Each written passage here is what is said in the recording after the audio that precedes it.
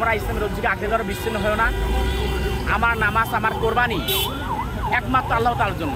ঈদুল আজহার নামাজ জাতিকে করে খুবই ভালো লেগেছে, আল্লাহর তাআলার শুকরিয়া আদায় করছি।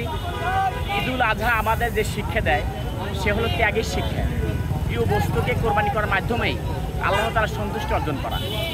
আজকে আল্লাহ তাআলা কোরআনে বলছেন, ওয়াতাসিমু বিহাবলিল্লাহি জামিয়া ওয়ালা তাফাররাকু, তোমরা ইসলামের রজ্জুকে আঁকড়ে ধরো, বিচ্ছিন্ন হয়েও না।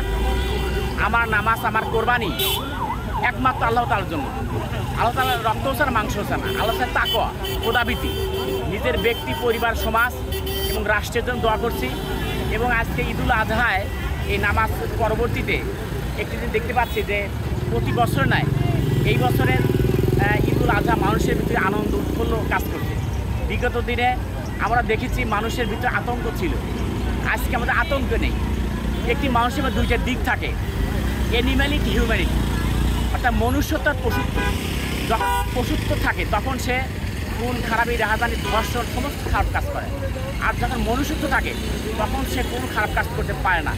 ঈদুল আজহার এটাও আমাদের শিক্ষা, আমাদের ভিতরে যে পশুত্ব থাকে, পশু কোরবানির মাধ্যমে পশুত্বকে দূর করা এবং বাংলাদেশ সুখী সমৃদ্ধশালী একটি রাষ্ট্র প্রতিষ্ঠিত হয়।